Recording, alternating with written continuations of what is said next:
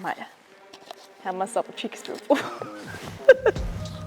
I don't know if I can actually eat some of this right here.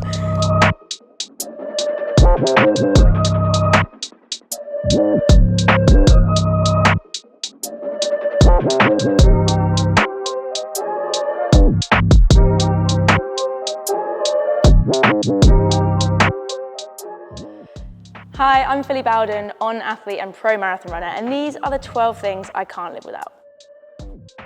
Right, this first one is super obvious, predictable, and also kind of boring. It's my phone. If anyone says they can live without their phone, they're lying, they can't. This is my fifth limb, and I can't live without it. Sounds so weird. I'm like imagining it being just attached to me now. The second one is the reason that I'm awake right now and not asleep, and it is my alarm clock. Now, because I'm addicted to my phone, it stays out of the bedroom at night time, so this is what wakes me up with a nice gentle sunrise in the morning. We slept in! If I don't have this with me, I sleep through my phone alarm by about an hour, which happened to me on a training camp, so it's kind of essential. This third one is my recovery superpower. It is chocolate milk. Perfectly formulated to help you recover from that long run, and it's also delicious. Have myself a cheeky spoonful. I don't know if I can actually eat some of this right here.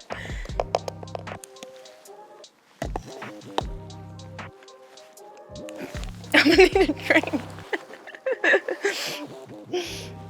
It's gone all in my teeth. This next one feels weird even taking it out of the bag because it's normally permanently on my wrist, and it is my Coros, my trusty companion for every single run and workout I do, and even all of my races, which is a little bit rogue wearing it on the track, but if it's not on Strava, it didn't happen. So this next one obviously doesn't normally live in my kit bag, but it is my cats. So I have a picture of one of my cats here. This is Uhtred, who is named after a Viking warrior from The Last Kingdom, the Netflix series. And our other little cat's called Delilah. She's named after one of Freddie Mercury's cats. And they're my children. I can't live without them. This next one is a pre-run ritual. Anti-chafe is absolutely essential before every single run. I forgot to put this on once for a 5-mile run, started chafing in the first mile, and just committed to the run. I should have turned around, gone home, and put this on, but instead I finished the run waddling along as if my hips were dislocated. So this is the way to avoid that, and to avoid that stinging feeling in the shower after a run.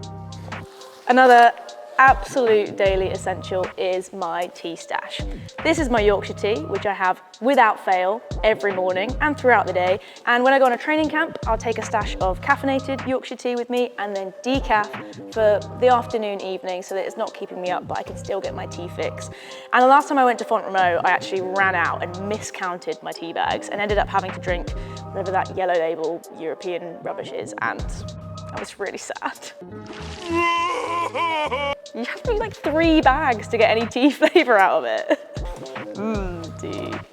Anybody want a tea bag? Let me just seamlessly pull my leg out of the bag. Next up, we have a daily mileage workhorse trainer. Something like the Cloudsurfer Next. I'm always gonna need a pair of easy mileage shoes. I actually keep a pair of running shoes in my boot in case I go away and forget mine, which has happened before, or I just feel like I need to go on a run that I haven't planned. So obviously keeping your mileage shoes close to hand is essential. This next one is a high SPF sun cream. So important for runners and anyone that spends a lot of time outside, protecting your skin from the sun. Runners are more at risk of skin cancer than other people that don't run. So putting this on every day throughout the winter when you don't even think you need it on, but you are getting that sun exposure, is super important. And this one doesn't fall into my eyes and feel really greasy when I put it on, so that kind of helps as well.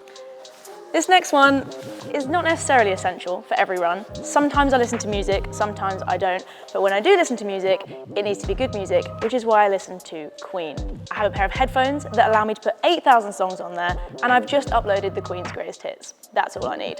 It is the best music to get me shifting on a run.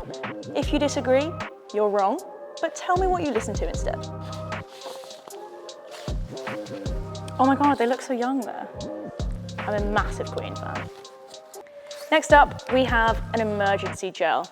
I try and always have a spare one of these in my rucksack or in my glove box or in my pocket, because if you've not fueled correctly, it's going to be painful for the rest of the run and then painful afterwards to recover well. So ideally, plan these into your runs. If you're doing a long run in a session that's pretty long, you're going to need a few of these.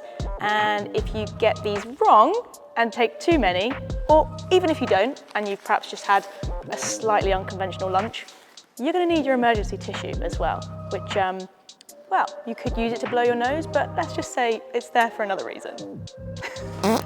Keeping that as PC as possible. Like, I myself all the time if I don't take this with me.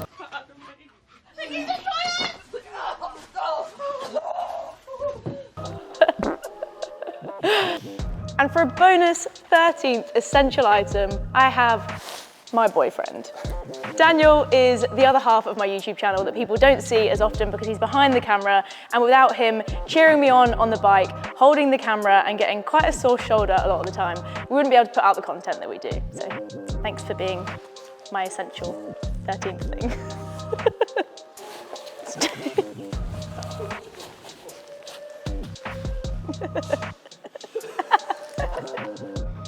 So there you have it. Those are my 12 or technically 13 things I can't live without. If you disagree with any things that I've said, or you think I've missed any essentials, stick them in the comment section below and we can hash it out. Like this video, subscribe to the channel, and as always, love the grind.